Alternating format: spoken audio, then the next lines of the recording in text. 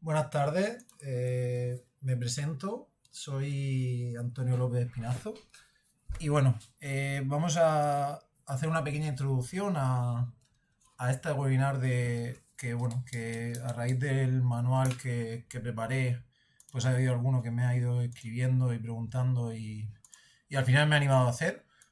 Es una webinar en la que vamos a hacer un ejemplo sobre una cuenca real. Es un ejemplo ficticio, una lluvia ficticia, pero sí que lo vamos a hacer sobre una cuenca real que creo que le da más veracidad y nos va a ayudar a comprenderlo todo mejor y a verlo.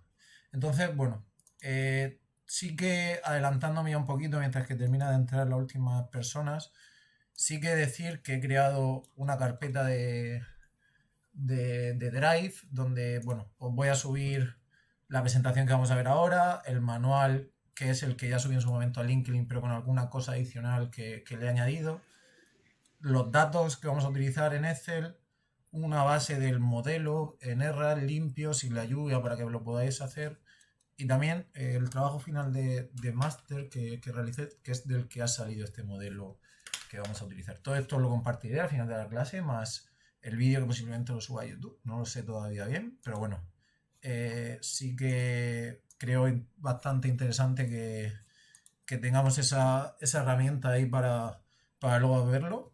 Al igual que habilitaré después también el chat de WhatsApp para cualquier duda relativa a esto. Es una cosa nueva, es una cosa que he sacado a raíz de, bueno, investigar un poquito el manual de Erras y de verlo en diferentes vídeos. Y bueno, que espero que cualquier duda me interrumpáis, me cortéis. Yo voy a ir siguiendo un poco el manual que publiqué, que muchos ya os lo he pasado, pero bueno, cualquier cosa me interrumpí, me preguntáis y lo hacemos, ¿de acuerdo? Entonces, bueno, ya hecha mi pequeña presentación, vamos a comenzar con esta introducción que os he preparado para que sepáis un poquito qué es lo que vamos a hacer. En primer lugar me presento, me llamo Antonio López, soy de España, del sur, de Murcia, y soy graduado en Ingeniería Civil, máster en Ingeniería de Caminos y recientemente acabo de hacer un especialista universitario en zonas inundables. Además, me dedico activamente a modelar, sobre todo en Erras, proyectos para laminar avenidas y bueno, prevenir inundaciones. Entonces, ¿qué es lo que vamos a hacer en esta webinar? Vamos a terminar haciendo un ejemplo como esto, en el que vamos a tener por un lado, vamos a poder ver la lluvia incremental, que definimos lluvia incremental como la lluvia que cae en cada pulso de lluvia, ¿vale? Lo que es el típico ideograma que vamos haciendo. Y luego también vamos a poder analizar la lluvia acumulada en diferentes puntos. Todo ello, como estáis viendo en este ejemplo, son 5 estaciones que a raíz de tiene varios métodos de interpolación. Nosotros usaremos la inversa de la distancia al cuadrado en este ejemplo. Interpola directamente Erras, con lo cual cada píxel tendrá la lluvia que realmente le va a caer, no una lluvia media, como se suele hacer a día de hoy.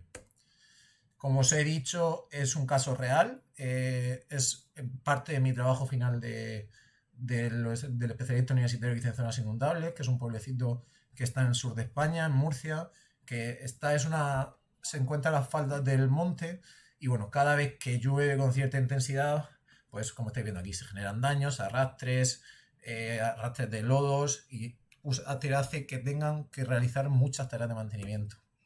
¿Por qué viene esto? Pues como en la mayoría de casos, supongo igual que en España o en otros muchos países, se ha ido ocupando el terreno de las ramblas. Como bien estáis viendo, en 1945 había una rambla predominante que iba por aquí, por la margen izquierda, en el sentido de avance del agua del pueblo, quedando aquí el pueblo en la zona norte, y esa zona a día de hoy está construida. Lo peor de todo es que en esa rambla está el cementerio del pueblo y está el colegio del pueblo. Son las dos vertientes que llegan. ¿Qué es lo que se hizo en este estudio? En este estudio se sacaron las cuencas previo forzado de las OETs en HMS y se generó un perímetro de OT, que es el que vamos a utilizar posteriormente en nuestro modelado de Erras, dándole salida en todo su contorno y bueno, metiéndole las diferentes OETs que se vieron. Para tener una mejor definición, ¿cómo se definieron los parámetros de... Al final nosotros vamos a hacer una lluvia escorrentía, con lo cual necesitamos saber ya sea la extracción inicial o el número o el P sub 0, como se dice aquí en España, y luego también el número de curva, ¿vale? Para lo cual hay muchas características, desde la EASA, el SCS también tiene su caracterización, pero aquí en España tenemos, por suerte, que en otros países sé que no está, tenemos el SIOSE de alta resolución, que es una pasada, es nuevo, y es porque han mezclado como polígonos, o sea, han mezclado todas las capas oficiales que hay, SIPAC, Catastro, Topográfico Nacional, y han hecho una capa única por comunidades autónomas. Eso tiene un total de 62 usos a nivel polígono, y aquí estáis viendo la gran definición de nuestra zona de estudio, todos los usos que tenemos. Entonces, además aquí en España, que sé que en otros países no está, tenemos la guía de cartografía de zonas inundables, que tiene unas tablas que te dice que para cada uso tiene un número de Manning asociado. Entonces, bueno, en nuestra zona que vamos a analizar ahora, los números de Manning después de este proceso, que sería para otra webinar, la verdad que sacar el número de curva a partir de y el número de Manning a partir de esto también daría para otro tema bastante interesante. Hemos llegado tanto por un lado al Manning como por otro lado nosotros tenemos aquí en España la 5.2, en la cual podemos obtener el umbral de correntía, lo que viene a ser la extracción inicial en el método del número de curva, el equivalente al ISO-A. ¿Cómo se saca aquí en España? Depende de los usos, igual que el SCS también. Depende de los usos, de la pendiente del terreno, es decir, mayor o menor del 3%, y del grupo hidrológico, sabiendo que A es el más permeable y D es el más impermeable. Como estamos viendo aquí, el umbral es menor en el suelo más impermeable, es decir, cuanto más bajo es el umbral de correntía o de extracción inicial, antes comienza a generarse correntía y es más impermeable ese suelo. Como estáis viendo, aquí en España tenemos caracterizado desde A en el que hay una infiltración muy grande, es un drenaje bastante, sobre todo son temas de arenas o arenas limosas, y el más impermeable que son el tema de arcillas y de todo. ¿Qué pasa? Por suerte o por desgracia, en España tenemos este mapa cuando no hay estudios de más detalle que te da la norma, que te dice que el grupo que puedes usar, pero es verdad que cada vez está habiendo más herramientas que nos están permitiendo con muy poquito obtener muchos datos de una manera global. Una de ellas es esta de aquí, que es la que se utilizó en el estudio, que si estáis viendo entre este triángulo de la caracterización del suelo en función del porcentaje de limo, de arcilla y de arena, es prácticamente igual a este, de la USDA, en el que nosotros a partir de datos satelitales, que en este caso es SoilGrid, que nos permite obtener muchos parámetros de la composición del suelo a nivel mundial en diferentes espesores. En mi caso he bajado los 30 primeros centímetros de espesor en la zona de estudio. Y he aplicado una ponderación a lo largo de la diferente columna de esos 30 centímetros y he visto el porcentaje de grava, de arcilla y de arena. Gracias a esto me ha permitido caracterizar mi terreno en esos 12 usos que da la USDA, que si nos vemos son los mismos 12 usos que tenemos aquí en España. ¿Qué es lo único? Que ciertos grupos ideológicos, como por ejemplo son el arcillo arenoso, en el de la USDA es muy impermeable y aquí en España es un poco menos impermeable. Pero bueno, básicamente es que este método americano, aplicándolo a los diferentes grupos hidrológicos que tengan los diferentes países, se puede aplicar a nivel mundial. Es decir, podemos pasar de unos datos satelitales a un grupo de suelo. Y he de decir que esto lo he dejado en los 5 o 6 veces que lo hemos hecho ya, con datos de geotécnicos locales, y la diferencia es prácticamente nula. ¿Qué es lo que tenemos en nuestra zona? Bueno, pues en nuestra zona tenemos un suelo bastante permeable, en la que vamos a analizar prácticamente casi todo es B, que ya que estáis, como bien estáis viendo aquí, casi todos son francoarenosos o francoarcillo-arcerosos, que los tenemos por aquí, tipo B. Con lo cual, ¿qué vamos a tener? Vamos a tener umbrales de correntía altos. Hasta que no caiga cierta cantidad de lluvia, no se va a empezar a generar correntía. Eso es importante cuando luego veamos la lluvia. Adicionalmente, también se sacan los mapas dependientes, como bien estáis viendo aquí, entre más y menos del 3%, y al final, unificando todo con un proceso de un GIS, obtenemos los diferentes umbrales de correntía, que viene a ser lo mismo que la extracción inicial en el método del número de curva. Como estáis viendo, la zona del monte es bastante permeable, con umbrales de hasta 40 milímetros. Quiere decir esto que hasta que no caigan 40 milímetros no empezará a generarse correntía, y bastante impermeable en la zona urbana, como es obvio, al ser un tejido urbano, un terreno bastante impermeable. ¿Qué es lo que pasa? Nosotros vamos a trabajar con RAS. RAS es un sistema americano. Usa toda la formulación del número de curvas. Nosotros, para poder aplicar esta abstracción inicial, tenemos, o hay varias formulaciones, pero bueno, hay una que nos dice cartografía de zonas inundables, con las que pasaríamos de un número de curva o sea, pasaríamos, perdón, de un umbral de escorrentía a un número de curvas. De esa forma, al final pasaríamos de este mapa de umbral de escorrentía que hemos hecho, con los usos Recording is on. a un número de curvas que es el que vamos a aplicar posteriormente en R's, ¿de acuerdo? Entonces, bueno, ¿qué es el caso en la zona? Aplicando una lluvia, aquí tenemos el caso del periodo de retorno de 500 años, que eran 200 milímetros, pues bueno, se veía que era una zona bastante, como bien se sabía ya de haber preguntado a la gente local, en la que había dos grandes vertientes al pueblo, una que llegaba a la zona del colegio y otra que llegaba a la zona del cementerio. Entonces, a raíz de eso, se hizo primero todo la hidrología distribuida, que es lo que vamos a ver hoy, el ejemplo que vamos a ver hoy, con datos, va a ser un ejemplo ficticio, no va a ser el real del proyecto, por tema de que, bueno, son datos privados. Y al final hemos terminado haciendo un modelo de detalle hidráulico de la zona. Recording has stopped. Pero he de decir que, bueno, todos estos datos han venido desde una lluvia distribuida. Entonces, ¿qué es lo que se consiguió con esto? Conseguimos que una zona que en la actualidad está muy inundada, incluido el colegio, como me estáis viendo aquí, muy inundado, con una pequeña actuación de no llegaba ni a 4.000 metros cuadrados, conseguíamos que toda la zona del pueblo mejorara muchísimo, además de una integración. Entonces, bueno, esto quería hacer la introducción de que veáis que es un caso real con el que vamos a trabajar, esas cuencas, y ya nos vamos a meter directamente en lo que es el ejemplo que íbamos a ver de ERRAS de lluvia distribuida sobre malla. Puesto que es una webinar sobre solo la lluvia distribuida sobre malla, vamos a partir ya de un modelo, del mismo modelo del proyecto, por eso lo está aplicando un poquito, totalmente creado. Es un modelo que tiene mallado variable, en el que he jugado mucho con las breadlines para que me salga una representación muy clara de los parteaguas, me salgan también los cauces muy bien representados, y bueno, como bien estáis viendo aquí, un área de refino en la zona del colegio, porque es donde estábamos buscando todas esas mejoras. Entonces, ¿qué es?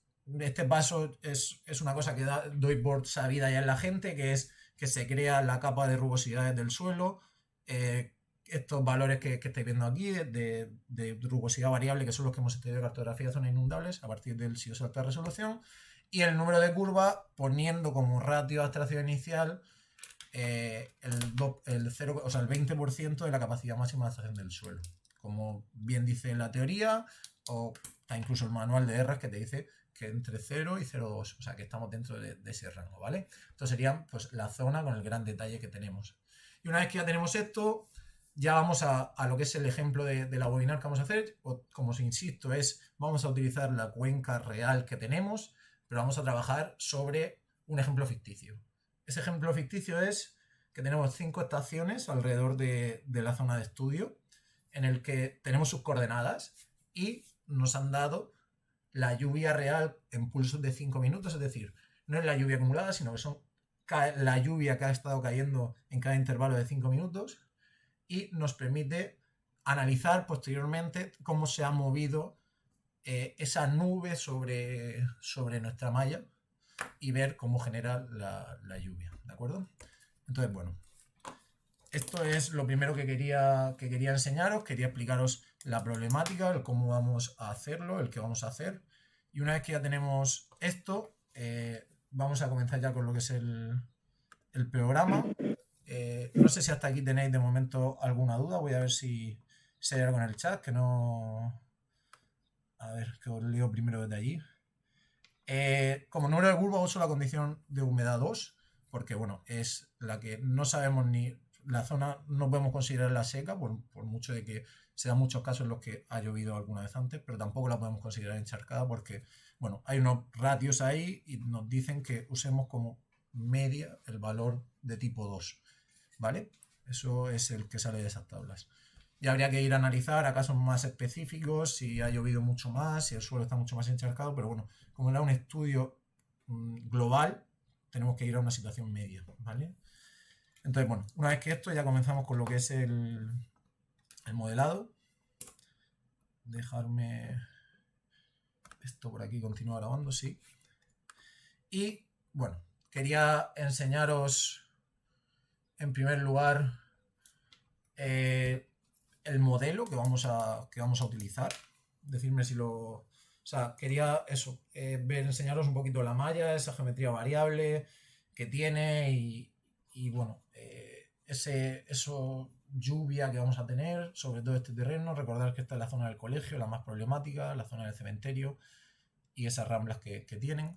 Y bueno, una vez que ya tenemos esta capa en la que tenemos por un lado el número de curvas y por otro lado el número de Manning, vamos a proceder ya directamente a lo que es generar esa lluvia distribuida sobre malla.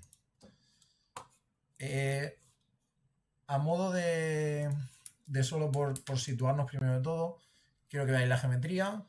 La geometría, pues bueno, tiene sus ciertas ODTs que están introducidas. Tenemos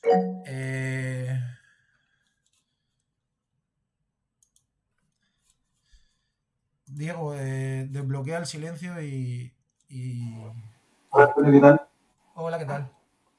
¿Todo bien? Hago una Sí. consulta. Yo, cuando subiste esta guía, intenté hacer el ejemplo con un modelo mío y otra resolución, pero siempre tuve el problema al generar la condición de borde. ¿Cuál es la forma de ingresar a esta condición de borde? ¿Simplemente dibujarla? ¿O quizás era un tema de NIDEM, quizás, o de DM? Vale, cosa importante que tenemos que tener claro cuando... A ver, se está abriendo RandMapper en la otra pantalla, un segundo.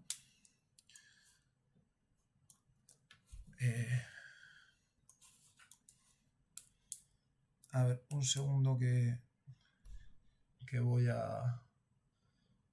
A ver. Un segundo, por favor. Me lo voy a traer a la otra pantalla. Dejo de compartir y vuelvo a compartir en la otra.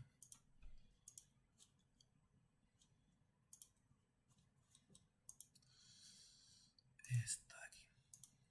Vale. Cosa importante que tenemos que hacer a la hora de... Estáis viendo, ¿verdad? El RandMapper, ¿correcto? Cosa importante que tenemos que hacer a la hora de diseñar la condición de contorno. Primero de todo, tenemos que tener, que es una cosa esencial en Erras, de que nuestro perímetro tiene que estar con un MDE debajo. Todo nuestro perímetro tiene que caer sobre un modelo digital de elevaciones. Y en segundo lugar, no podemos hacer, y ese es el por qué dejo aquí este espaciado, no puedes hacer un contorno de la boundary condition de salida que se toque en la misma celda. Es el por qué yo dejo siempre en una esquinita del modelo. Nuestra zona de interés aquí es el pueblo, con lo cual está lejos de la zona de estudio. Pero tenemos que dejar una pequeñita zona en la que no haya solape de la condición de contorno. De lo contrario, nos dará error, ¿vale? No sé si esto te resuelve la duda o si va por aquí o no. Sí, eso. Quizás era un problema de mi geometría, entonces a lo mejor. Lo que no puede ser es que se toque, o sea, si esto lo alargaría más, al final en esta misma celda estaría la de un lado y la de otro. No, daría error. Tenemos que dejar al menos una o dos celdas de separación. ¿De acuerdo? Vale. Por eso siempre hay que ampliar la malla más allá de la zona que queremos de estudio, tanto aguas arriba como aguas abajo, para que esa condición de contorno no nos esté afectando. ¿Vale? De hecho, eso nos permite de que no tenga tanta importancia si, por ejemplo, ponemos, como en mi caso, un normal depth, porque está bastante lejos de la zona de afección. ¿De acuerdo? Vale, entonces seguimos con lo que... Vamos ya con lo que es la lluvia como tal. Lo importante... Vamos a ver cómo se genera esa lluvia a partir de los datos puntuales. Para lo cual tenemos que ir a flujo unsteady y, bueno, de primeras a esa condición de contorno le he puesto una normal depth, como bien estáis viendo. Y lo que vamos a hacer ahora es, nos vamos a la parte de datos meteorológicos, ¿vale?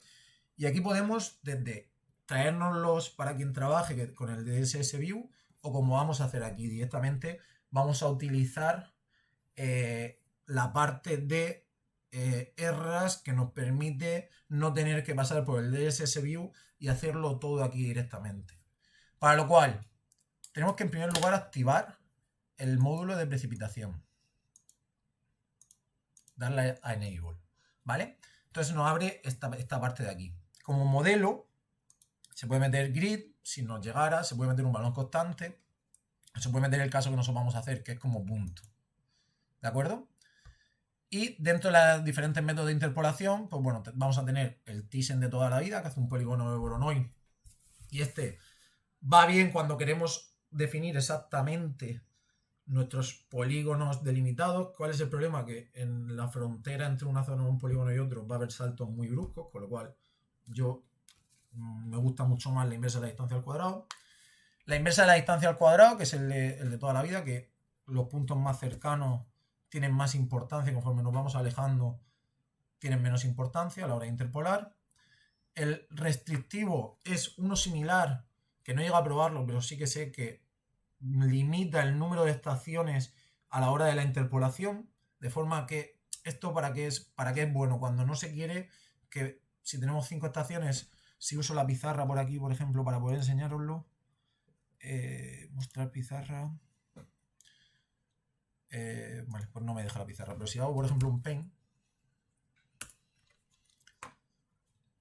que es importante, imaginaros que nuestra cuenca de estudio la tenemos aquí y tenemos una estación aquí, otra aquí, otra aquí, otra aquí, otra aquí, que están muy cerca, pero luego de repente tenemos una aquí y otra aquí. Si usamos la inversa de distancia al cuadrado nos tendrá en cuenta todas, el normal, pero si usas el restrictivo tendrá solo las más cercanas, ¿vale?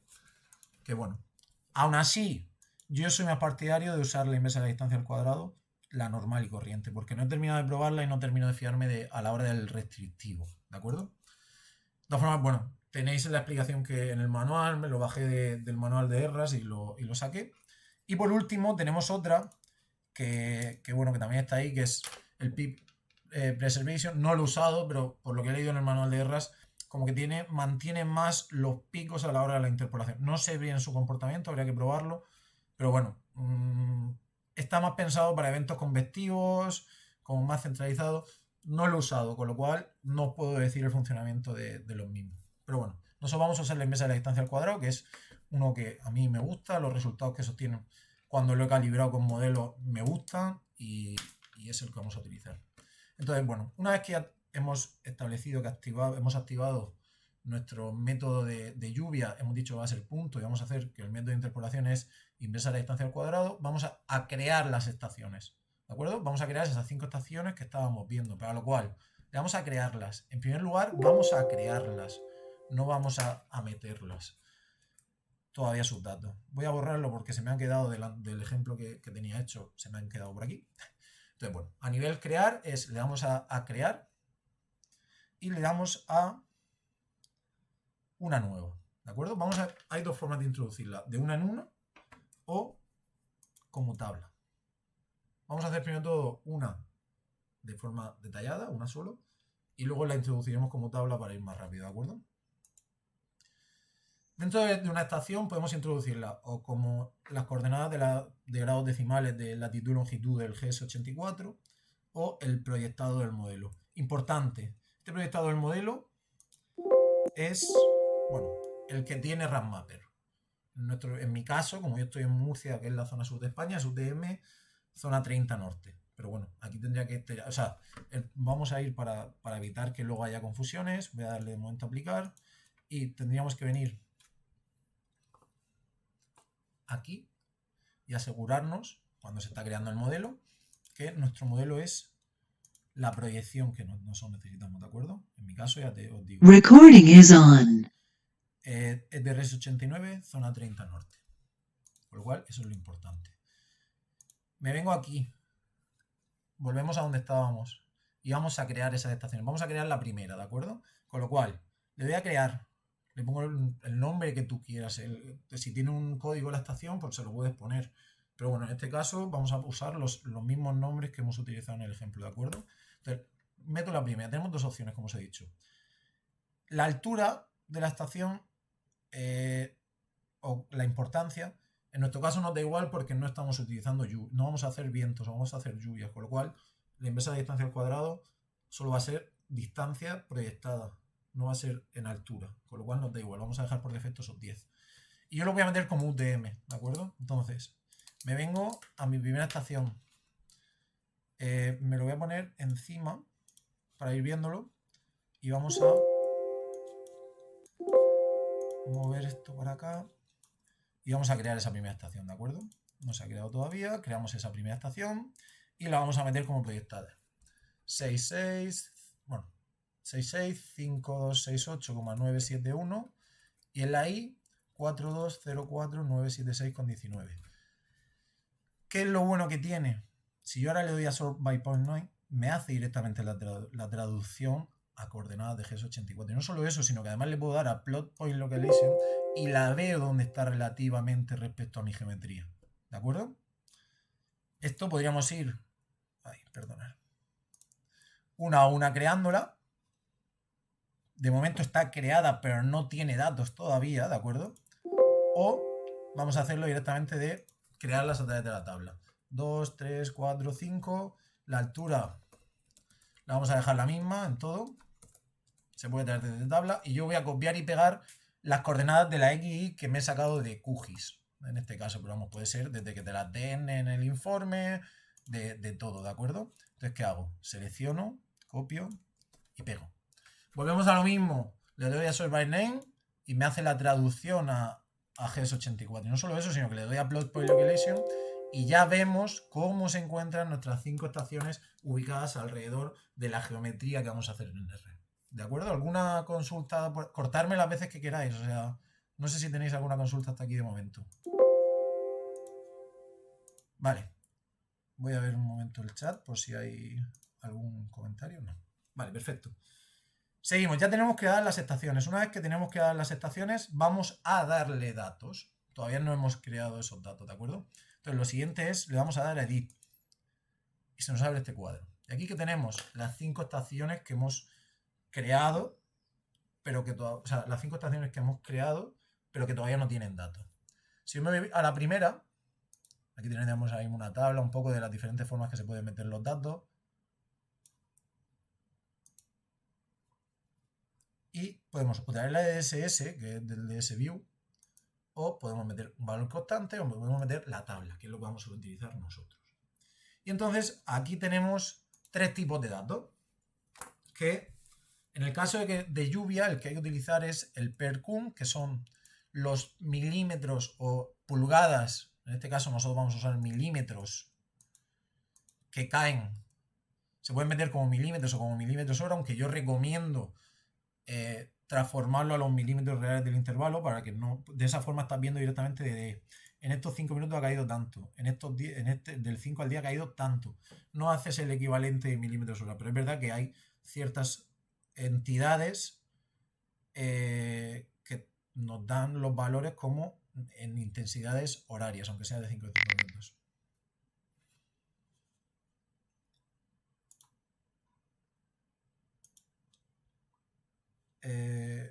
Hola. ¿Me estáis alguien silenciando? No sé. A ver que os vea. Si no se tiene pluviógrafo, se realiza. Sí, o sea, al final lo que puedes hacer es sacas el raster de lluvia. O sea, al final esto está pensado para si te dan tú obtienes el máximo asociado a cada periodo de retorno de diferentes estaciones y en vez de hacerte una interpolación de inversa distancia al cuadrado en un GIS y hacer una inspección sobre toda la cuenca, hacemos este método de forma que RAS, luego lo veremos, nos va a dar a cada píxel su propio hietograma sintético, ¿vale? O sea, que es súper interesante y ayuda a un mejor estudio de la situación. Y con esto, como Gonzalo, lo que estás diciendo, sí que necesitamos tener en cuenta la condición de contorno, a la vez hay que ponerla como una salida, con lo cual hay que ponerla como normal depth actual.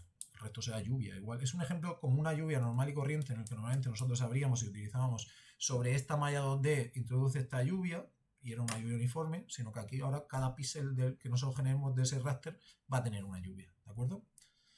Entonces, bueno, siguiendo, estamos aquí y vamos a lo que iba a explicar. ¿Qué son per average, qué es per cum y qué es instant value?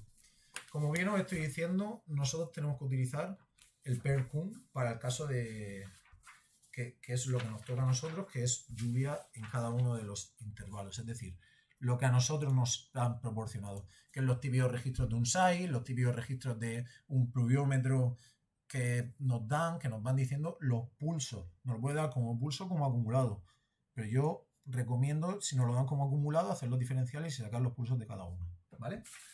Entonces, ¿qué tenemos aquí? Tenemos PERCUM, que son los milímetros de lluvia que caen en ese intervalo.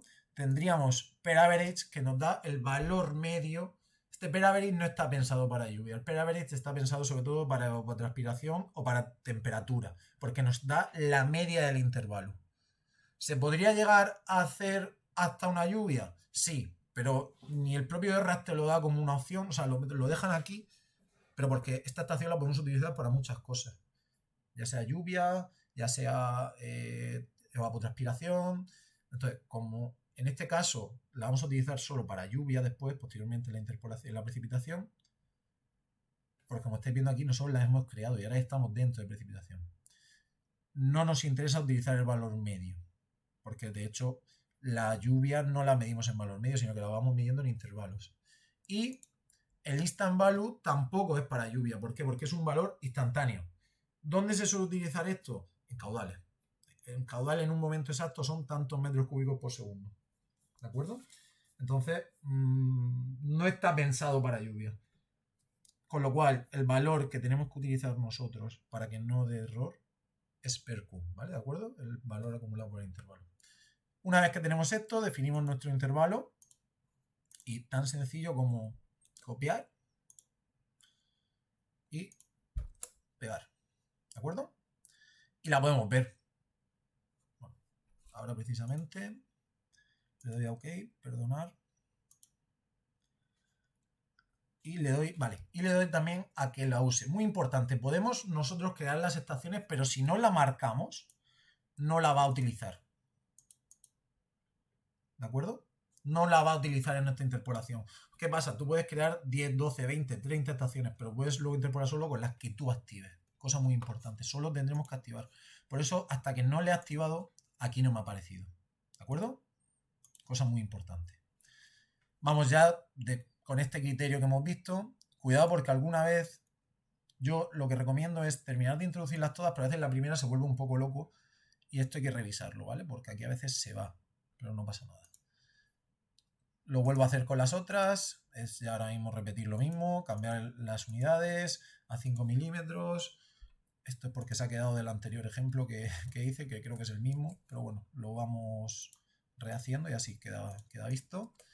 Importante marcar aquí, si no marcamos es como si no la tuviéramos activa, de forma que aquí la podemos ir viendo, la podemos comprobar como tabla y como histograma. Y de momento voy a dejar solo estas dos. ¿Y por qué? Porque si le damos aquí nos permite ir viendo una con otra. ¿De acuerdo? Ahora cuando ya tengamos las 5 podremos ir viendo aquí en cada intervalo qué lluvia tenemos, tanto en valor, en gráfica, como en tabla. ¿De acuerdo? Seguiríamos. Perdón, crear no. Editar. Vamos a por la 3. La 3. La tabla, PERCUM. Milímetros. 5 minutos. Copiamos y pegamos. Aquí abajo estáis viendo la lluvia acumulada, esta lluvia sintética de 2 horas que vamos a simular. ¿Vale? No pasa nada que no lleguemos hasta el final, siempre y cuando luego simulemos hasta esta hora el valor menor de lluvia, ¿de acuerdo? Observar. La introducimos. PERCUM. Milímetros, 5 minutos. Usar.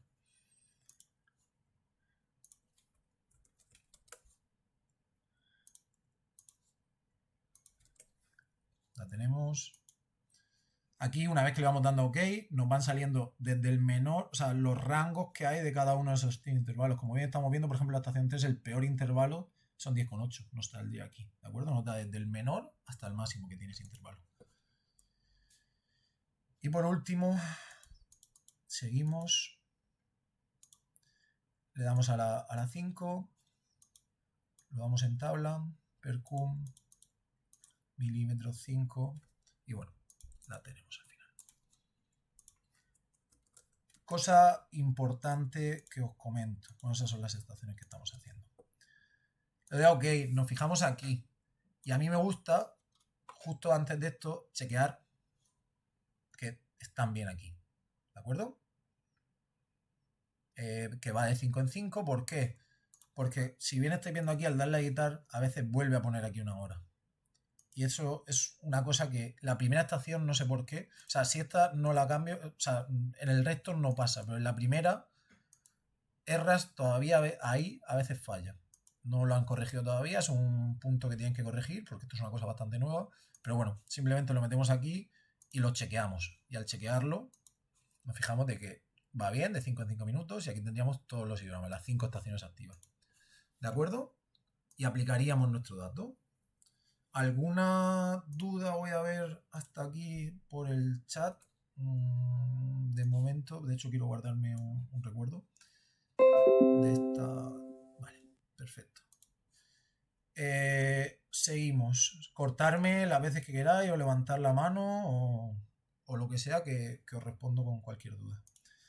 Una vez que ya tenemos esto, ya tenemos creados los datos. Ahora nos queda crear las estaciones. O sea, nos falta crear ese raster de lluvia.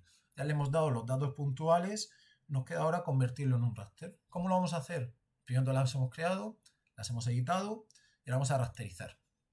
Entonces, dentro de rasterizar, ahora mismo podemos hacer lo siguiente. Podemos decirle que sea Erras, el propio Erras, quien nos defina lo que mejor se ajusta a las estaciones. Con lo cual, ahora mismo él te da un ejemplo de cuál sería su mejor ajuste. Es decir, cuántas filas, cuántas columnas y qué tamaño de celda. Siendo esta coordenada la coordenada de la esquina izquierda. ¿De acuerdo? Importante, este raster que se va a quedar aquí definido es el que va a simular, pero tiene en cuenta, si por aquí fuera hubiera más valores, los tendría en cuenta. ¿Vale? El otro día me lo preguntaron. Puede ser que también la fijemos en lugar, en base de las estaciones, pues en base de la geometría. O sea, te da como los dos parámetros por defecto. ¿De acuerdo? Pero también podemos definirlo nosotros. Esa duda es lo que se pueden tener, pueden estar fuera de... Gonzalo, pueden estar fuera de ella, justo lo acabo de decir. Lo importante es que ahora nosotros o sea, pueden estar fuera y las va a interpolar estando fuera. Pero lo importante es que ahora nosotros definamos bien, o sea, lo que sí que tiene que englobar sí o sí el raster que vamos a crear es la geometría, ¿vale? El resto de estaciones pueden estar fuera, pero las va a tener en cuenta a la hora del cálculo. Entonces, ¿qué es lo que vamos a hacer nosotros? Imaginemos, puesto que esto es una zona pequeña, que nosotros queremos al final tener más precisión que 100 de 100 en 100 metros el raster. Por ejemplo, voy a bajarlo sin cambiar el número de filas y de columnas, lo voy a bajar a 50 metros, ¿de acuerdo? ¿Qué pasa? Que ahora mismo mi raster de lluvia no estaría englobando a la geometría.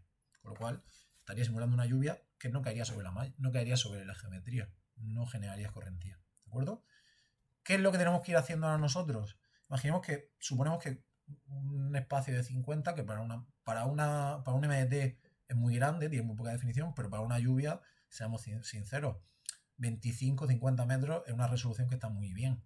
Acostumbrado a que normalmente están dándonos valores cada kilo. O sea, actualmente estamos cogiendo un valor único para toda la geometría. De esta forma vamos a tener cada 50 por 50 un valor de lluvia. Con lo cual, está muy bien. Entonces, ¿qué es lo que tenemos que ir haciendo ahora? Tenemos que ir jugando con este número de aquí, que son el número de filas y el número de columnas, para que englobe a toda, voy a poner este número por ejemplo, a toda nuestra geometría. Ahora mismo estoy corto todavía. ¿Qué es lo que me falta? Me faltarían bastantes más columnas y bastantes más filas, ¿de acuerdo? Lo vamos a duplicar. Vamos a poner 500 y 500. Me pongo a mover el mouse y vuelve loco. ¿Perdón? Ya. Tiene tu atención totalmente. Silencio a la gente. Con cualquier cosa, abrir el micro y preguntar, ¿de acuerdo?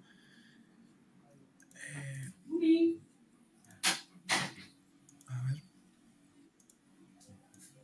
Vale. Seguimos. Esta es la parte más complicada de entender. Entonces, ahí ahora mismo me he quedado grande. Vamos a poner 250 y 250. Y le doy a plot. Y ahora mismo pues ya tendría un raster en el que, bueno, este es el que me daba por defecto él y el que nosotros estamos haciendo. ¿Englobamos a las estaciones? Sí. ¿Englobamos nuestra geometría? Sí, pues para mí me valdría. Importante, la esquina izquierda la podemos cambiar nosotros también. Pero bueno, ahí me gusta dejar la que te da por defecto Erras, ¿vale? Entonces, con esto le daríamos a OK y nos daría ya como qué malla va a crear. O sea, nos está dando la que él daba por defecto y la que nosotros vamos a quedar finalmente, que podemos dejarla. ¿Me escucháis bien? Por favor, por confirmar por el chat que hay un chico que no lo recibe.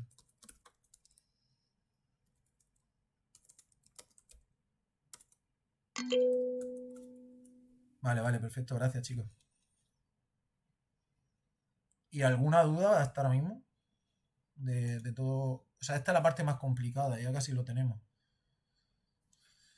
Vale, simplemente confirmarlo. Confirmamos aquí, vemos las estaciones, vemos que está dentro de nuestra zona y le damos a aplicar. Y le damos a guardar. De esta forma, vuelvo a entrar aquí para que lo veáis. Si se quiere abrir, tenemos nuestra salida, recordamos, condiciones iniciales si hubiera algo que poner, de algún punto de altura inicial o lo que sea, y un modelo meteorológico en el que importante chequear aquí que está todo cada 5 minutos, en nuestro caso, y que está bien en todos los intervalos, ¿de acuerdo? Al igual que chequear antes de hacer la simulación el plot. ¿Nuestro cuadrado engloba a nuestra geometría? Sí, perfecto, pues vamos a por ello. ¿Qué más cosas? Nos vamos ahora a...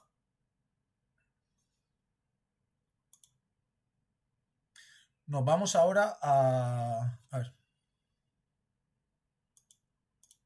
Vale, Germán. La diferencia es básicamente si quieren más precisión en la lluvia. Quiero decir, vuelvo aquí atrás.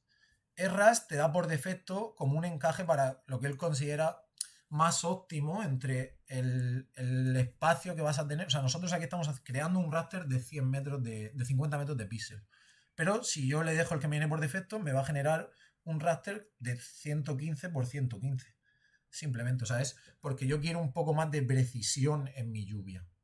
Es la única cosa. O sea, yo a veces he dejado el de por defecto. Pero claro, en esta cuenca, que es muy pequeñita, son solo 3 kilómetros cuadrados, pues quiero que tenga bastante más precisión, entre comillas, la lluvia. Entonces, que lo he hecho por el hecho de explicar el cómo jugar con eso para dar más precisión. Entonces, bueno, vamos a poner 50, ahora en vez de poner 200 vamos a poner 225, antes era 250, ahora vamos a poner aquí también 225, ¿de acuerdo? Y vemos el plot stem. Pues podría valer también, lo vamos a dejar así, de hecho. Están englobadas las estaciones para que luego se vea la importancia de las estaciones y está englobada nuestra geometría, lo vamos a dejar aquí. Vale, perfecto. Te lo dice aquí para que lo confirme y además a mí me gusta, aparte de aplicar, verlo aquí. Perfecto. Cosas. Nos vamos ya a lo que sería editar el comando. Cosa importante, lo activamos todo, ponemos la geometría, ponemos el unsteady. Cosa muy importante, empezar con un segundo en el tiempo computacional, con el número de Courant, y además poner una cosa que a mí me gusta mucho, que es, aparte de poner la Shallow Water Equation, con la Linear Factor nos vale, no hay que irnos al Extended Momentum, porque sobre todo es para rotura de balsas, pero las difusiones tienen bastantes fallos. Al final es demasiado simplificado el método y yo recomiendo siempre usar al menos la Linear Factor, ¿de acuerdo? Nos venimos al tiempo de control. Como estamos con las originales, o sea, con las Shallow Water Equation, el máximo Courant 1, para que al menos en cada intervalo de tiempo haya un salto de una celda a otra, no se salte en la simulación ningún punto computacional, y lo ponemos variable, ¿de acuerdo? Entre 1 y 0,45, y luego pues, para arriba que vaya subiendo todo lo que él necesite, y para abajo que como mucho baje hasta 0,5, ¿vale? Luego analizaremos si hay algún error grave o no. Con esto ya lo tendríamos aquí y le daríamos a computar. Se nos empieza la simulación y ahora vamos a ver una cosa que veréis que es una pasada. Empieza a analizarlo todo, ¿vale? Está empezando a analizar como un modelo normal y corriente de ideograma o de lluvia, y lo que va a hacer es, empieza a pasar, y quiero enseñaros una cosa de lo que os voy a pasar. Sí, que os lo voy a pasar en ese manual. Me lo abro aquí, que lo explico directamente sobre el manual, mientras que eso corre. Este manual es un poquito mejorado al que os pasé inicialmente por LinkedIn. Todo lo que hemos estado explicando. Y quería explicaros esto de aquí. RAS, si nos pasamos del límite de la matriz, nos va a dar errores como esto. Error al precipitar los valores, al procesar la malla. ¿Qué quiere decir esto? Que nos hemos pasado de precisión. No tiene sentido hacer una lluvia tan pequeña que no le valga. ¿Dónde está el límite, por así decirlo? El número de celdas en 2.140.000. Es decir, filas por columna por el tamaño de la celda. Si nos pasa, cuanto más nos acerquemos a este número, más posible es el error. Entonces, cuidado con eso, ¿vale? O sea, ahora mismo no vamos a estar ahí, pero por si alguna vez os aparece este error o importante, ¿de acuerdo? Entonces vamos a ver si ha arrancado. Vale, le voy a dar un momento a pausa y ¿qué es lo que nos ha dicho aquí? Ha empezado como un modelo normal y corriente. Ha hecho el análisis de la geometría, lo ha escrito y luego lo que ha hecho es que ha escrito las condiciones del evento de lluvia, ¿de acuerdo? Y ha procesado el dato de la lluvia. Entonces, bueno, lo dejo que esté calculando, si quiere. Pero tenemos una ventaja muy buena, que a mí me gusta mucho en Erras, con este método, que es que no necesito que termine la simulación para poder ver cómo se va a comportar la lluvia. ¿Y esto cómo lo hacemos? Nos vamos a...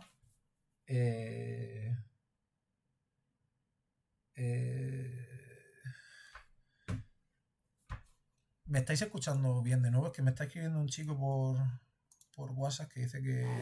Sí, se escucha bien. Vale, perfecto, gracias. Pues no sé, lo siento por el chico. Luego, como tendrá la grabación, que si no lo ponga. Vale, lo que venía a deciros, simplemente nos podemos meter aquí en eventos de condición. Todos estos son los diferentes ejemplos que yo he hecho. Y aquí en ejemplo para hacer podemos desplegar y podemos ver lo siguiente. Si le damos, y abro un poquito la lluvia, veis que se ven, voy a apagar ahora mismo el terreno, vemos las 5 estaciones que hemos hecho. Y no solo eso, sino que si yo le doy, vamos a ver ahora pasando la lluvia. ¿Vale? Es esa lluvia que estábamos viendo y al igual que en la precipitación acumulada, si la vamos viendo, se nos va viendo en cada píxel esa acumulación de lluvia. Perdón, que ha habido. A ver si es que en alguno me he ido, que puede ser que me haya equivocado en alguno. Cosas del directo. Esto cuando haces un video tutorial no pasa porque lo compruebas todo, pero lo vamos a ver ahora mismo. Le damos a un snapshot para que nos saque ya valores de esa lluvia, ¿de acuerdo?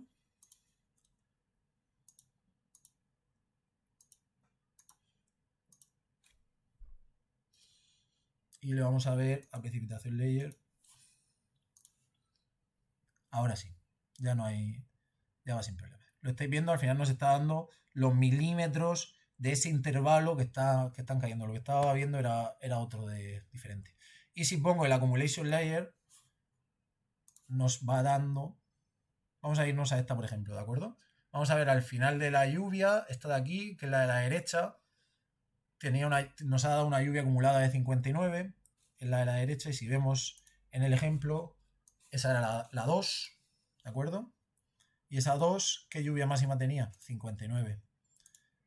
Eso es lo importante, porque no solo eso, además me permite, teniendo pinchada la acumulada, con el botón derecho, aparte que me voy moviendo y cada rastreo tiene lo suyo, si yo le doy al botón derecho puedo ver que me dé el yetograma en ese punto, lo cual me parece una pasada, porque este va a ser diferente a este de aquí. O sea, cada píxel de esos tamaños que hemos creado tiene su propio yetograma. Que lo podemos ver también como tabla, que está genial. O sea, son yetogramas sintéticos por píxel. Pero es que también podemos ver el acumulado en ese punto, que nos da la curva de llenado de esa celda. Que esto es lo que creo que es súper. O sea, ya no solo nos permite... No tenemos que esperar a que termine la simulación, porque de hecho está viendo aquí, la simulación sigue computando. No tenemos que esperar a que termine la simulación para poder analizar esa lluvia, para poder analizar cuánta lluvia vamos a tener en cada uno de esos puntos. O sea, nos vamos moviendo y lo vamos viendo respecto a esas estaciones. Y como estáis viendo, este es la cuadrícula que hemos generado anteriormente. Voy a ver que ha sonado el chat por si alguien tiene alguna duda. Vale, no, de momento no tenemos ninguna duda. ¿Alguna pregunta de momento? Porque poco más nos queda. O sea, ya lo que estáis viendo al final, si yo ahora mismo le voy dando a snapshot, vamos a empezar a ver sobre esta lluvia, la apago, y vamos a ir viendo cómo me acerco aquí, por ejemplo. Acordaros que tenemos un umbral de escorrentía bastante alto, de 40 en la zona del monte, con lo cual al principio de la simulación no vamos a ver lluvia. Cosa importante también, como estamos con lluvia, a mí me gusta quitarle los 2 primeros centímetros de lluvia para que no se vea todo, o 2,5 centímetros para que no se vea todo como lluvia. Y ahora ya simplemente, una vez que estamos con esto, le damos para que se vaya actualizando con la vista. Y ahora le damos al play. Le damos a que actualice de nuevo el snapshot. Y volvemos para atrás y vamos a ver ya lluvia sobre... En cuanto esto se termine de actualizar, pues ya empezamos a ver esa lluvia sobre la malla poquito a poco. Y bueno, empieza ahí a verse, ¿vale? Tenemos 25, pues bueno, obviamente en la zona de monte, como el umbral de escorrentía o la extracción inicial es mayor, todavía no, pero en la zona urbana, pues ya se empiezan a ver esos pequeños cauces, esos pequeños... Bueno, si nos vamos acercando, pues ya se va viendo por toda la zona urbana, ahora cuando se refresca un poquito más, cómo se va generando esas zonas en las depresiones. Y bueno, hasta aquí es el concepto de lluvia distribuida sobre malla, a partir de datos puntuales, que lo he visto una cosa súper interesante, abre mucho abanico, nos evitamos perder muchos datos, que por ejemplo en HMS tenemos que hacer muchas simplificaciones de traslaciones, porque aquí, por muy grande que hagamos una malla y muy mal definida que esté, va a tener mucha más precisión que un HMS utilizando por ejemplo Muskingum o Muskingum Kunge, que tiene que tener valores simplificados de la traslación. Entonces, bueno, es una cosa bastante importante, que da bastante precisión. Además, utilizamos las ecuaciones completas, con lo cual vamos a tener una mejor representación de cómo se va trasladando el agua sobre el terreno. Tenemos la topografía y nos permite abarcar cuencas muy grandes. Un ejemplo que quería enseñaros, a modo ya para terminar, es esta cuenca que es bastante grande, que es un caso que hice, que tiene cerca de 70 kilómetros cuadrados. Jugué mucho con la breadline para tener una precisión bastante grande. Esta breadline me permitió hacer los parteaguas muy bien y de hecho luego lo hemos comprobado con la realidad y daba resultados muy cercanos. Y fijaros la gran precisión que hemos obtenido. Esto nos permite luego sacar los cortes para poder hacer hidráulicos de detalle. Las entradas, en vez de como se hacía antiguamente, o a día de hoy se sigue haciendo, un HMS hasta este punto de toda esta zona y aquí cogemos el caudal y hacemos nuestro hidráulico de detalle, pues bueno, ¿qué es lo que estoy haciendo ya ahora ya? Tiro la lluvia sobre la malla, saco mi corte aquí, un poquito de agua hacia arriba, y ese mismo corte es el que introduzco a mi hidráulico de detalle, que al final es lo que os he enseñado aquí, en el proyecto de los carres. Se pasó de un modelo grande a un modelo pequeño de detalle sobre esta zona. Y él es el que estabais viendo aquí. De uno grande a uno pequeño. Y bueno, esto es un poquito todo lo que quería contaros, que tampoco quiero hacer esto muy largo. Voy a ver si tenéis alguna duda. Diego, sí, lo que hago es, me hago el cuenqueo, esfuerzo con el DEM Reconditioning de HMS, saco los cauces bien, entonces lo que utilizo son los cauces y el polígono de las cuencas lo transformo en líneas y ese conjunto de líneas son las que utilizo como breadline, dándole un poquito más de precisión a los cauces, poquito solo, y simplemente en los partes de agua le digo que me oriente bien las celdas de forma de que el agua al final, como llena de abajo hacia arriba, va a caer hacia el agua, hacia el lado que tiene que caer. Llegado a comparar, sí, HMS al final es un modelo semidistribuido, con lo cual va sumando ideogramas, no tiene en cuenta esa traslación a través de la cuenca y da más agua. Pero vuelvo a insistir lo mismo. Los resultados que hemos obtenido con el modelo bidimensional con lluvia distribuida sobre malla es que nos salen más reales que un valor medio que tú le apliques. O sea, no va a ser lo mismo. Sí que es verdad que incluso un compañero hizo un modelo de HMS distribuido, con un raster distribuido, y los resultados se parecían, pero siempre HMS tirando un poco más hacia arriba por ese hecho de que son simplificaciones. Son el valor de esta cuenca más el valor de esta cuenca y se suma. Aquí en R lo que está haciendo es cada celda va teniendo en cuenta su traslación. ¿Alguna duda más que tengáis? Podéis cortar, o sea, yo ya lo dejo abierto. ¿Te puedes explicar un poquito mejor, Germán, a qué te refieres con de cuántos datos recomiendo? ¿Te refieres a cuántas estaciones o a cuánta duración de lluvia o a qué te refieres?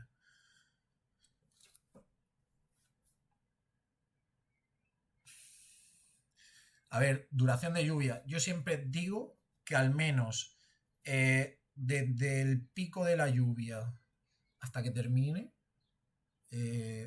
se alargue la lluvia más allá del tiempo de concentración, más un poquito más. En este caso, bueno, se ha hecho a modo ejemplo de aquí porque es un ejemplo ficticio, pero mi cuenca tiene 45 minutos de tiempo de concentración. Pues mido, para este caso que queríamos hacer, al peor de los ejemplos y alarga un poquito más, ¿vale? O sea, también podríamos sumarlo en vez de como suma de las estaciones, como suma lineal, que también es otro método. Y bueno, lo que te digo, vamos a que también lo voy así, como desde el pico de la lluvia más el tiempo de concentración. Ya digo, el tiempo de concentración de esta cuenca son 45 minutos. Más consultas. Sí, o sea, por supuesto. Podemos introducir. Creo que está limitado a 100 valores. Dejarme que lo vea. Bueno, esto sigue corriendo, obviamente. Ya es como un modelo hidráulico, depende del ordenador que tengáis cada uno. Creo que eran 100 valores los que podemos meter, pero lo confirmo ahora mismo. Esto. Sí, 100 valores. Hasta 100 valores, con lo cual tendrías que agrupar esos intervalos en lo que sea para que abarque toda tu lluvia 100 valores, ¿de acuerdo? O sea, en este caso, si es de hora en hora, pues mira, podemos simular, pues, bueno, siguen 5 minutos, pero sí, podríamos simular. Esto ya digo que son pequeños errores que tiene RAS todavía que tienes que corregir. A ver, este método, Eiber utiliza el vecino más cercano y la verdad que no lo he probado como tal.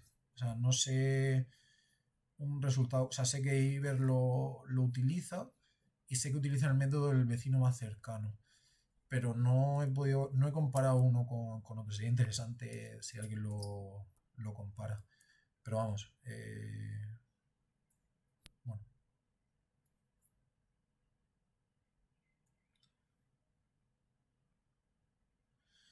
Sí, o sea, a todos los que estáis en el grupo de WhatsApp os voy a generar un acceso ahora a esa carpeta de Drive, en el que voy a subir incluso este modelo, por si queréis usarlo. O sea, os enseño la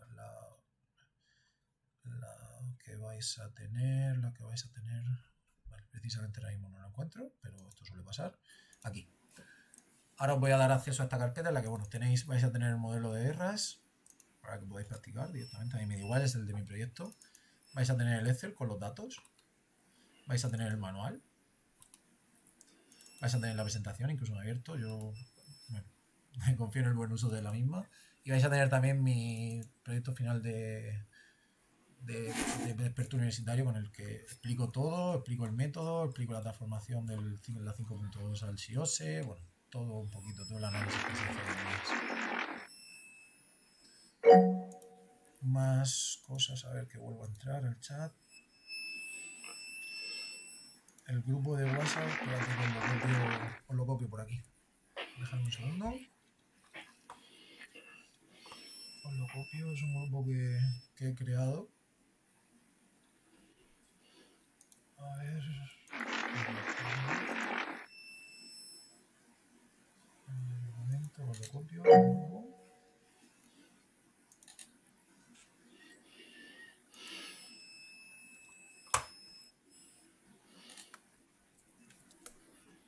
Vale, ya tenéis por el chat el grupo. Más dudas por aquí. A ver, déjame que suba por arriba.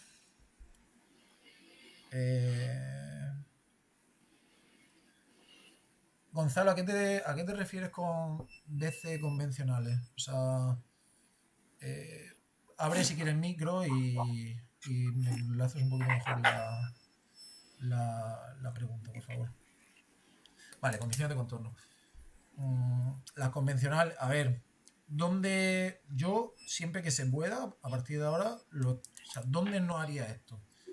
No lo haría en cuencas excesivamente grandes, pero ya te digo que os he enseñado un ejemplo que 70 kilómetros cuadrados de cuenca los he simulado con un... Si juegas bien con la Brainline, lo he hecho en 150.000 elementos y los resultados es que estáis viendo que son muy fiables. Entonces, siempre que se pueda, yo recomendaría ir a modelos distribuidos. De hecho, cartografía de zonas inundables aquí en España te dice que uses esos modelos distribuidos en su vía siempre que sea posible.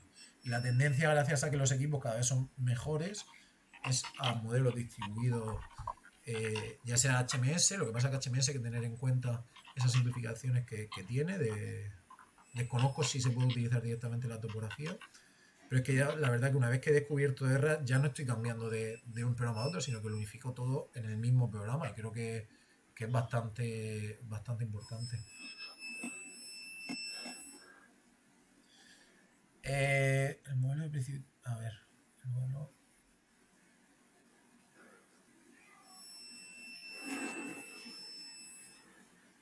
Hombre, sí, por supuesto. O sea, modelos distribuidos siempre que se pueda y siempre que haya datos, hay que calibrarlo. O sea, para eso está la función de producción. O sea, tenemos el número de curva que lo podríamos ir calibrando y con una lluvia. Y podríamos también calibrarlo con el número de mani. Al final hay que ir jugando con esos dos parámetros para ir calibrando. O sea, estoy totalmente de acuerdo. Siempre que haya datos, hay que calibrarlo. Estoy totalmente de acuerdo. Eso es impepinable. De hecho, esta herramienta que os he presentado lo que nos da es un juego más en busca de una calibración. Ya no es una lluvia que nos ha registrado un pluviómetro y la aplicamos directamente sobre la cuenca, sino que estamos interpolando. Imaginaros que nuestra cuenca está justo en medio de dos estaciones de las que tenemos datos y lo que estamos haciendo es que interpole en cada parte de la cuenca le caiga la lluvia teórica, que va a ser mucho más cercana a la realidad que la lluvia real que ha caído en ese punto. Elías, el modelo de precipitación no tiene realmente el caudal de la cuenca. Bueno, sí, o sea, por supuesto, esto ya es igual que un modelo hidráulico de lluvia. O sea, con modelo, perdón, de lluvia normal y corriente.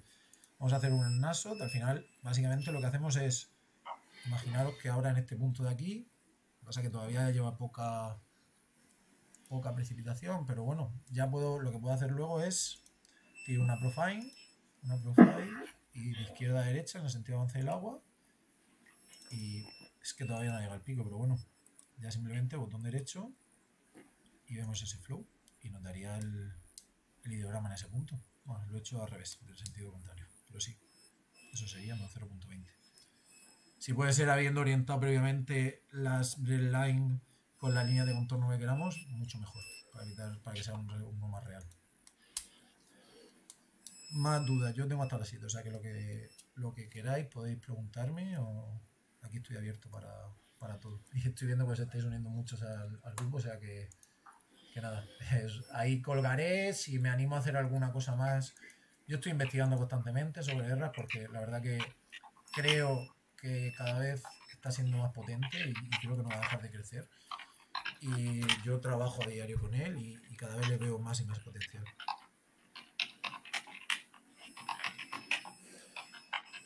¿Alguna consulta más? ¿Alguna cosa que queráis? Esta grabación bueno, me la han grabado, con lo cual yo no podía porque me está dando, cuando lo voy a grabar me da problemas, pero me han dicho un compañero que lo iba a grabar. La subiré y nada, la verdad que encantado. A ver.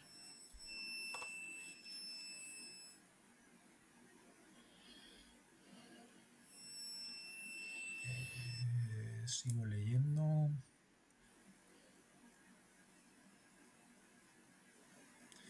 De Aniver, Te lo digo por el experto universitario, porque los profesores que nos dieron a nosotros clases son los de Iber directamente, David López, Esteban Sañudo, todos esos en el experto universitario era con Iber, porque venían esos profesores. Sí que tú puedes meter estaciones puntuales, lo hicimos un ejemplo, pero ya digo, como yo estoy acostumbrado a trabajar con R, tampoco le di mucha más importancia, ¿vale? Pero sí que lo hicimos en clase y podías aplicar la lluvia en estaciones y luego decir que te interpolaba con el vecino más cercano. Pero no te hace la distancia, la inversa de la distancia al cuadrado. Y es verdad que le puedes dar un raster de un intervalo concreto y que vaya cayendo, pero entonces necesitas un raster para cada intervalo.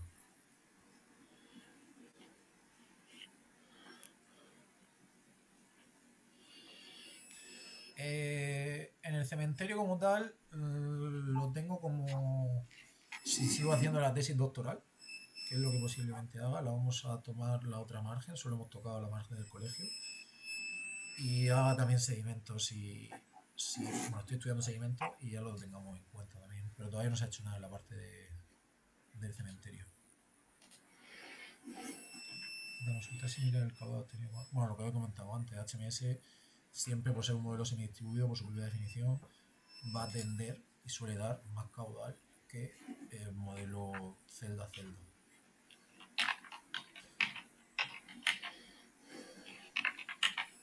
Bueno, ¿alguna consulta más que tengáis? ¿Alguna cosa más? Yo encantado de poder ayudar y echar una mano. A mí me gusta, yo la verdad que tuve la dificultad de no, en su momento cuando empecé a estudiar R no había mucho, me tuve que buscar un poco la vida.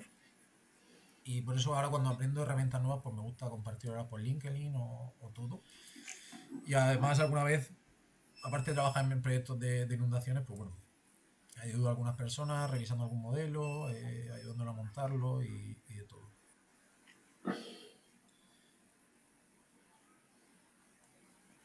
¿Algo más? Sí, como dice Dea también, bueno, si usas el modo de mezclar en HMS, pues bueno, vas jugando con la función de producción y al final también llega, también tiene otra forma de llevar. ¿Alguna cosa más?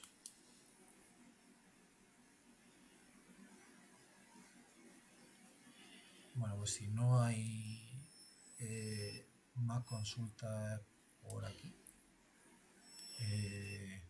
Nada, un placer en esta primera webinar, que la verdad que me he quedado alucinado de la cantidad de gente que se ha metido. No me esperaba para nada tanta gente.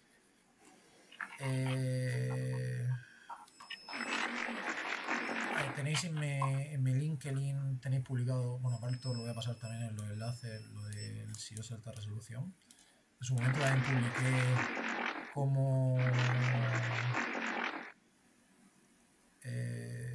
la lista de asistentes, pues la verdad que no lo he hecho.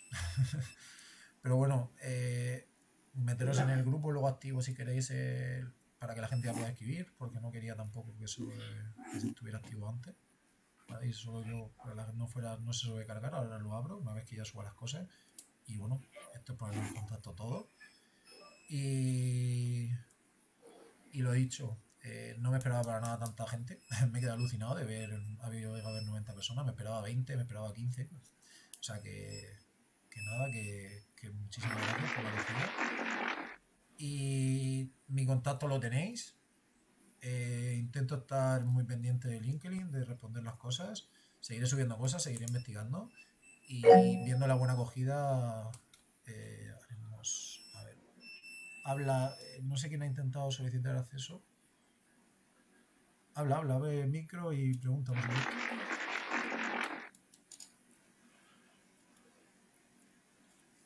No sé la persona que ha solicitado hablar que hable.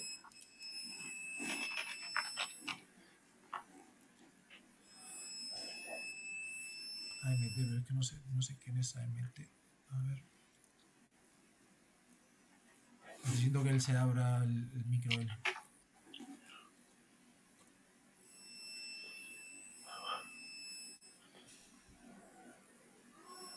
Vale, genial. Bueno, pues nada, un placer. Yo, si no hay ninguna duda más, os doy las gracias y me despido y estamos en contacto, ¿vale? Bueno, un placer a todos y seguimos en